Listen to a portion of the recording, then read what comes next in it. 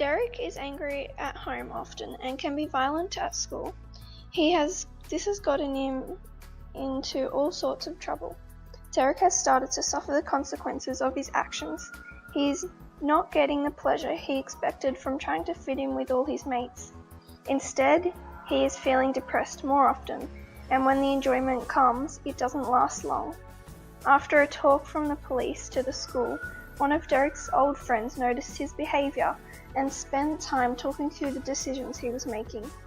He has realised that his habit of binge drinking has become an issue, and Derek is now starting to rethink his actions and the long-term consequences on his life. He has access to health services and has been attending a rehab course in order to change his thinking and get a sense of self. He also has technology such as medication to help with his mental health. Just like Jenny or anyone, he has very limited control over the things his parents or friends decide to do and how they act. But Derek has decided to learn from the bad habits his friends have made and distance himself from them. Instead, he sticks with his old friend who really does care about his health and safety. He decided to seek help through the health services he has always been provided with. His personal knowledge he wants to increase, and instead of drinking and fighting, he has been encouraged to put his energy into other things and now pursues a hobby, boxing twice a week. This is Mia's story. Mia has learnt some knowledge about the risk behaviours from PDH classes at school and knows how much of an impact they can have on her life. She has a healthy mindset and is always keen to find ways to improve her health. Her parents are good role models of how to live a healthy lifestyle, and they have put in place many protective behaviours for her in order to prevent any risky behaviours. Some of these include knowing exactly where she is when she goes out and always having a plan B. She hangs around a supportive group of other girls from school and church who have no desire to drink. She obeys her God, who says to obey people in authority, not to drink underage.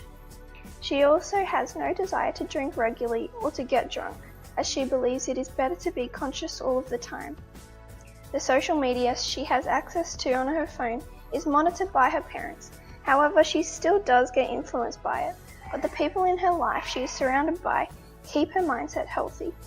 She attends a public school and receives a good education. She is passionate to learn well. Her parents also had a good education and worked hard to receive a solid job. Her family has a stable income and are able to afford housing and fresh food. She lives in a large town and has easy access to health services, in which she regularly attends checkups, or when something doesn't seem right, without hesitation.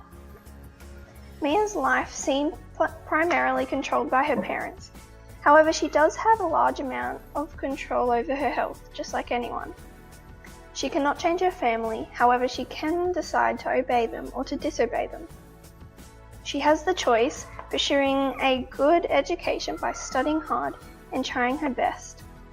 She decides to use the health resources provided to be her healthiest self. And Mia tries to surround herself with good peers to ensure that there are minimal negative influences. She chooses not to give in to peer pressure as she knows about the harmful effects, and she chooses to read the Bible and follow about what it says about risky behaviours. So how can you avoid the risks of binge drinking? Have a positive attitude and outlook on life, like Mia. You can do this by surrounding yourself with positive influences. This will lead you to respect your body and your mind, which will optimize your physical, mental, social, and emotional health. Educate yourself on binge drinking. You are in control of what you take in as an individual. You have the power to act on what you've learned. PDHBE lessons will help you build up your knowledge and your understanding. If you are suffering from an addiction, be like Derek and talk to someone. Kids Helpline and Lifeline are great services to talk to. Seek medical professional help and discuss rehab to overcome the addiction or illness. Contact Australian Rehab Providers Association. They will help you. You can help people like Jenny by volunteering in an outreach group, or you could donate money to organisations such as Salvation Army or Red Cross.